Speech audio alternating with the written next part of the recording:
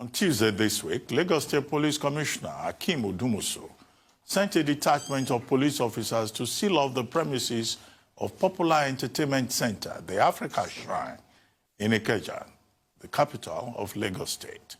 According to reports, the action was targeted at stopping promoters of the #EndSARS movement from holding a meeting at the venue.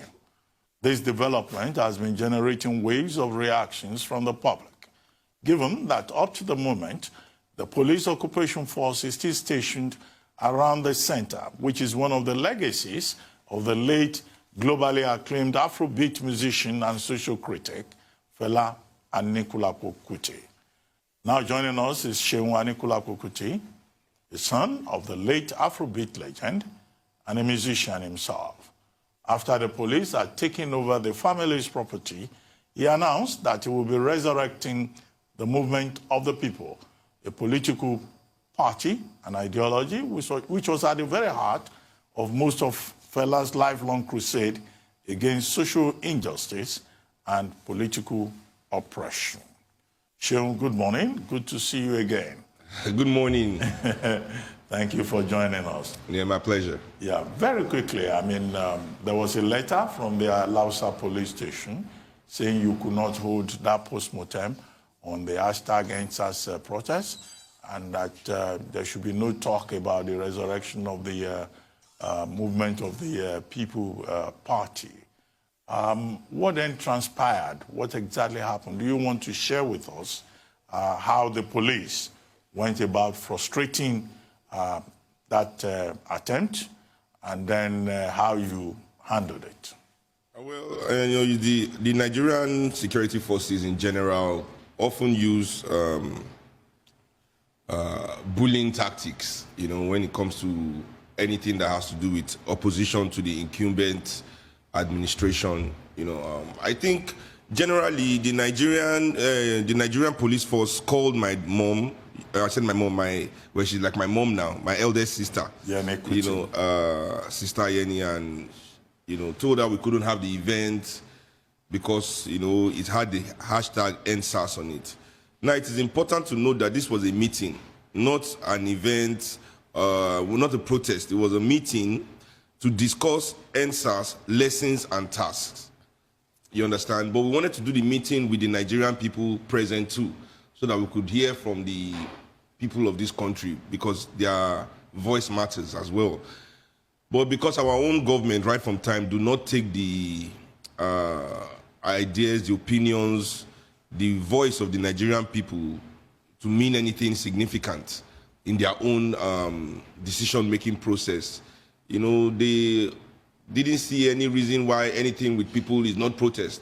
So basically what happened was that they banned the meeting from, that's why I just felt really thrown by the whole situation. This is a meeting, it is not a protest. For the government to ban a meeting is taking this whole tyrannical structure to another level. We are back basically to the Abacha days now, where people cannot even associate or gather, and not expect any kind of oppression from the government. So for me, that was really what the issue was surrounding it. So I said to my people, if the government is not going to allow us enter the shrine and create some kind of issue around that, we have to maneuver, create a plan B, where the core of the event and the message that I wanted to pass to the people of Nigeria was still going to happen. Many of the comrades that I work with, they were not even really part of it, but many of the revolution now, people were like, oh, it's cowardly if you don't go to the venue. But for me, that was not tactical at all, because if you don't go to the venue, if we go to the venue and start interacting with the police and altercations and all that, we will never pass our message across. We'll spend the whole day on the streets running up and down. So for me, passing the message was paramount on the day.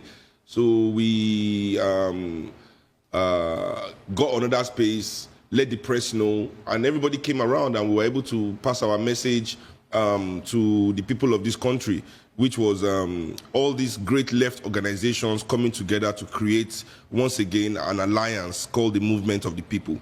For me, that was a great step on that day. And what was ironical was that while the state government, and security forces were claiming that they wanted peace in Lagos, and that's why we couldn't have our meeting. These same people were going to Amuwo, Dauphin, local government, Oshodi, even up to Ikeja along, harassing Okada men and destroying the whole town all over again, seizing people's Okada, leading to violence against, violence against the Okada riders in Lagos, So it was, for me, really the excuse they gave was contradicting their own actions of that same day, Right. So in your publicized agenda, which caused the police to send you that letter asking you to suspend the meeting, that's the word they use. You use the word ban.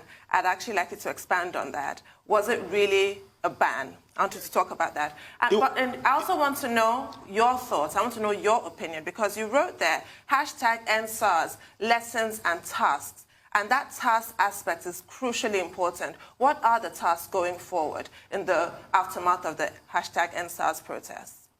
Well, I have to use ban.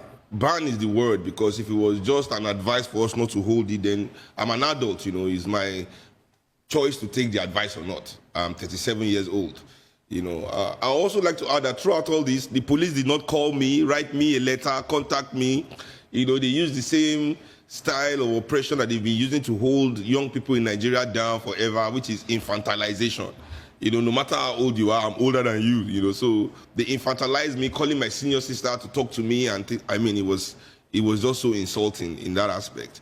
But what I'm saying is a ban, because they brought the police there, and the police were even preventing people from entering the shrine, on that Tuesday throughout, so definitely it was like a ban on the meeting, they banned the meeting, they tried to, but it didn't happen, even though I'd accepted the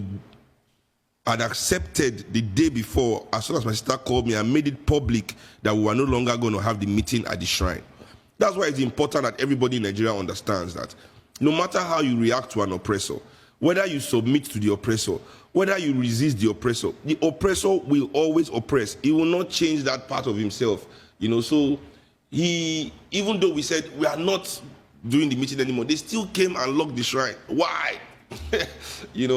So for me, the task at hand for the Nigerian people is to begin to organize, to politically, articulate our own hopes and aspirations. The mistake we have been making in Nigeria, is that we've always agitated. It's a lie when people say, oh, the past generations did not do anything. What the past generation didn't do are the things we are not doing right now. And that is capturing the energy of our own action by ourselves. Like in 2012, even before that, we carry out action and we allow another group of elites who do not have the interest of the people at heart to capture that energy and use it to propel themselves to power. So this is the mistake we must not make in this generation. Whatever energy we have created right now, we must capture for ourselves. And that is the task that is at hand. All right. I just want to ask a few questions, Seun. Number one will be, has the shrine been opened now? Or do you still have police presence around there? Last I checked, yesterday there was still police presence, but the shrine was open. They allowed people to go in and stuff like that. Okay, but there was still police presence. Yeah. So you talked about, capturing energy politically. Not too young to run passed recently, and there has been talk about political parties and political organization amongst young people. What's your take on that, and how can the young people fully, actively, politically participate in the 2023 elections? Because voter apathy, too, is another big problem in this country. I think less than 40% of the population voted in the last election. Well, I think voter apathy is due to the lack of representation by politicians, and also due to 40 years of military rule. Nigerians for 40 years were banned from politics, basically. Like, we couldn't participate in any kind of political activity. So, we don't have that training.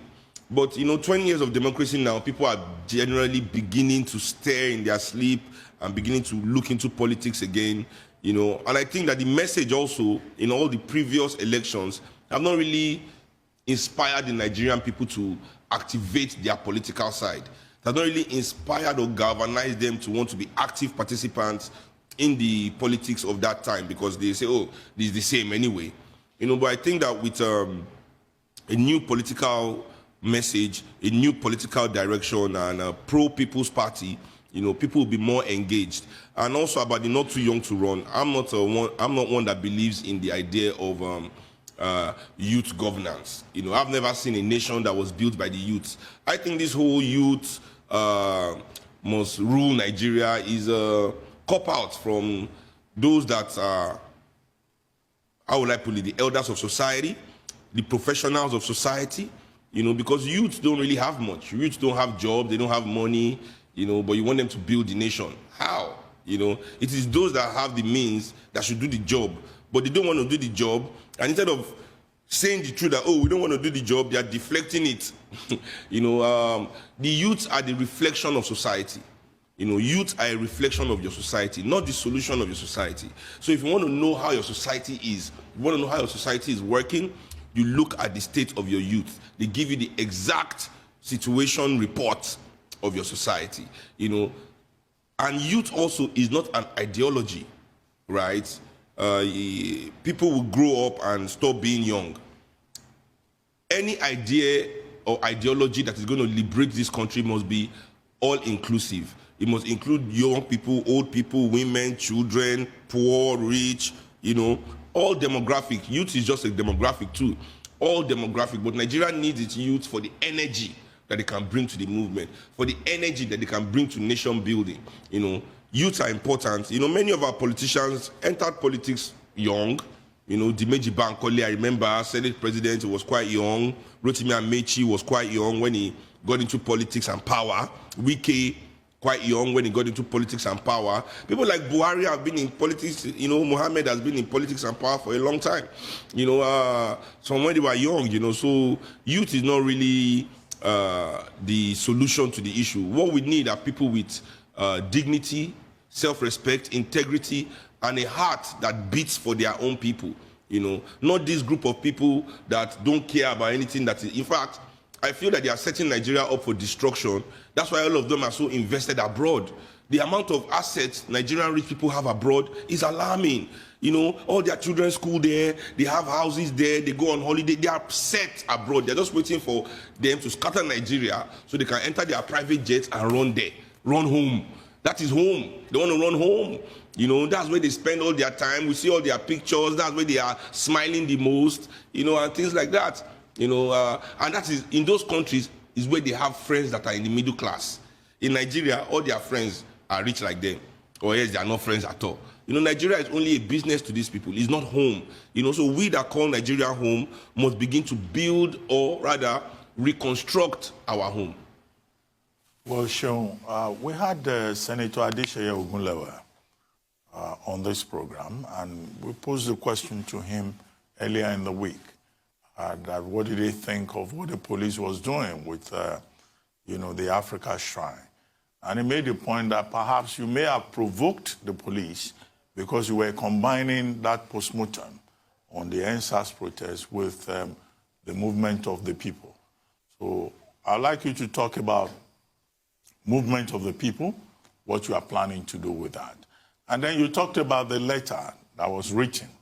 Yes. That they, to use your word, you were infantilized. You were not the person addressed in that letter. But they didn't even address anybody. That letter was addressed to the manger.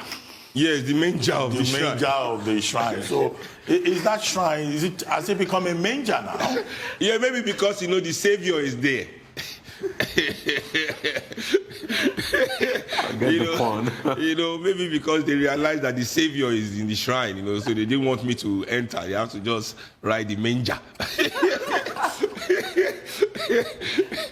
But to be quite honest, to respond to the senator, his statement shows that the Nigerian political class remains anti-dialogical. They don't want a dialogue with the people of this country. They are too big. They have dehumanized us for so long that they no longer respect the Nigerian people. We are not worthy of a dialogue with them. That is the reason why you say a meeting, just because of the title of a meeting, it's provocative. right? But police killing Nigerian people for over 6 decades and Nigerian people rising up finally for only 3 days, that wasn't provocative. You know, what happened in the toll gate, not provocative. The hunger in the land is not provocative. The fact that people that have private jets are hoarding Indomie noodles is not provocative. You understand? It is still the looter's fault for going there to take what is. So we understand these people's mindset. And that is what the MOP is about. You understand? The MOP is about changing this status quo. You know, saying to the oppressive elites of Nigeria that there are some of us that do not want a perfection of oppression. Because that's what happens here. As long as people are benefiting from the oppression of this country, they find ways to justify whatever atrocity that is committed by the people in power, as long as they are connected to that power. You know, so we understand all of that. And that is what is going to change, and that is what MOP is here for, to create a party, a movement that is going to definitely, you know, end this atrocious behavior of a particular set of Nigerians who have decided that things are more important than people, who exist, and they've been existing since 500 years. We've had them in our society, but the traditional African society did not validate their behavior, so they were weak. Then the white men came. Ooh! As soon as the white men came, they found external validation to that behavior. They are the same people that sold their brothers and sisters for things like mirror, gin, gunpowder. These people are mesmerized by things. Fast forward 500 years down the line, and what are they still doing? They are selling us for things. These people are billionaires that cannot build anything. Can you believe that? Billionaires that can only buy things. They can't build a nation. They are weak. You know, so the strong needs to take power from the weak so that the nation can move forward. You know, being aggressive and brutalizing innocent people is not a sign of strength. It further entrenches the notion that this government is weak in the real sense of the word. You know, so we at the MOP are trying to create something new for the Nigerian people that says we are not looking for a perfection of oppression. We are not looking for a negotiation to maintain the status quo, just bring in more beneficiaries. No, we want to use we want to change the relationship between the Nigerian people, the Nigerian government, which is both political and business elite, and our Commonwealth. That is basically at the center of the discussions that we are having at the MOP. How we can change this fundamentally dysfunctional relationship. Are you looking to field candidates, and at what level? Are you thinking of fielding candidates perhaps in states at the House of Assembly level or the federal legislative level, governorship candidates, presidential candidates? Have you gone that far in your deliberations? And also, are you also looking not just at a political change, but also at a cultural change? Because as you did rightly say, the youths are a reflection of the malaise in this country. You also refer to that Western obsession that we have. Are you looking into that as well as a cultural shift? For the movement of the people to be able to create a cultural revolution, if you call it that, you know, maybe political revolution is first, because culture is social. You know, I mean, it's difficult for people that are hungry to be cultural or behave well. The problem in Nigeria, as I said, is that so many people are not able to find their true form because they are under so much pressure. You understand? So many Nigerians are suffering because of the greed of their fellow Nigerian so-called big men who have decided that instead of competing, right, in the real sense of the word, in the business world, you understand, no Nigerian big man is competing globally with his peers. You understand? No, we are not as if our cement billionaires are giving us the best cement in the world if you compare with other cement makers, and they are infiltrating all those global markets. It's only in Africa they are dominating us. It's not as if our food is infiltrating all those global markets. It's not as if any of their products that they make is competing in the global market. It's a business of extraction, of living off the pain of their brothers and sisters. So for them to sell food, they want to make people hungry. You know, to sell fuel, they have to make the price high. They want to sell light, they have to create darkness. You know, that is the mentality and the mindset, you know, that we first have to deal with. We have to remove the shackles that is holding the Nigerian, the African in general also from finding their true form. Too many shackles, too many things to deal with, too many things on our shoulders. You understand? Even people with jobs, with great jobs in Nigeria, are living in debt. You understand? So it is difficult for them to act appropriately, to act with integrity. Why? Okay, you are working in the bank. Your salary is maybe 1 million naira a month. You know, you have a great job in the bank. But these elites are charging so high for their school fees, so high for their rent, so high for their food that you end up borrowing money to send maybe 2 or 3 kids to school and feed them and clothe them and give them good health care, because the public alternative is defunded due to the lobbying. No, not lobbying. In America, they call it lobbying. Due to the bribery of the so-called private sector and influence of this so-called private sector in the public sector decision-making process, where they influence their friends to defund our education, defund our transportation, defund our healthcare, so they can provide expensive private alternatives, putting people under immense pressure in this country. You know, so culture is something that will come as we develop this country. You know, there's no Nigerian culture. That's a fact. We have ethnic cultures in Nigeria in all these different regions: Yoruba culture, Efik culture, Igbo culture. Yeah, it's so beautiful. But we don't have a national culture, and that is because we've not built this nation. That understanding that creates national culture have not been harnessed by the business and political elites of this country, because it's through the process of nation building that we create a national culture, because that is when everybody in this country will come together and know each other for the first time. You know, unity for me is overrated. What we need is understanding, and that is what is lacking in Nigeria, because our elites are unwilling to invest in that process of nation building. I mean, so what will be the movement of the people's stance on just these 2 issues? The ASU chairman was here yesterday, and we all know that there's been an ongoing strike for about 8 months now about the educational system in this country. And also, I'd like to know your take on this sort of a debate that has become a silver bullet to the problems of Nigeria now, that everybody's talking about restructuring, you know, educational restructuring, those 2 points. Well, educational restructuring in Nigeria, you know, I'm a product of the Nigerian educational system, at least up to secondary school level. So I understand that the mistake we've made in Nigeria from the beginning is that we have confused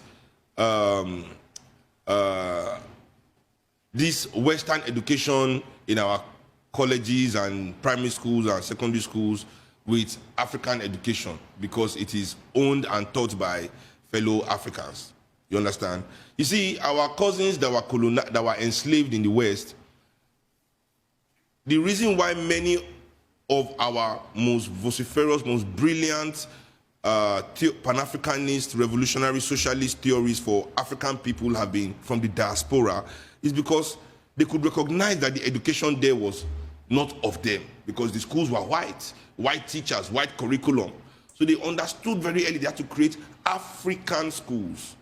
So children, young people, if you read, I mean, even one of my good friends that just wrote an amazing book, and I told him when he wrote the book, like, finally somebody in our generation has done something great, like some literally great work that is revolutionary, you know, because we were lacking that in this generation. You know, we didn't have a Frantz Fanon or anything like that, you know. So when Akala told me this, his name is Akala, he said he was going to an African school every weekend after he went to normal school.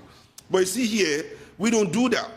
You know, we don't do that. So the educational system in itself, even before you get to ASU, you know, because for me, this whole ASU and government, both ASU, both government, nobody really cares about the students. You understand? This is the real issue in the whole discussion that is happening. Because ASU in itself, the relationship between students and the lecturers in universities is flawed. We see all the cases of bribery for marks, rape for marks, and all of that. You understand? And even on the government side, they don't care about the schools because all their children are abroad, and they've divested from our universities, whereby education is one of the least funded things in our budget. You understand? So these 2 organizations combined do not have the interest of the enlightenment of the Nigerian mind, you know, at hand. So we have to find a way to create an educational system and educators that have the Nigerian interest at heart. Because not only education, we have created more educationists now than we had in 1960. Has that improved education? No. More lawyers than 1960. Has that improved justice? No. Well, thank you very much, Seun Kuti, for joining us. Thank you very much indeed.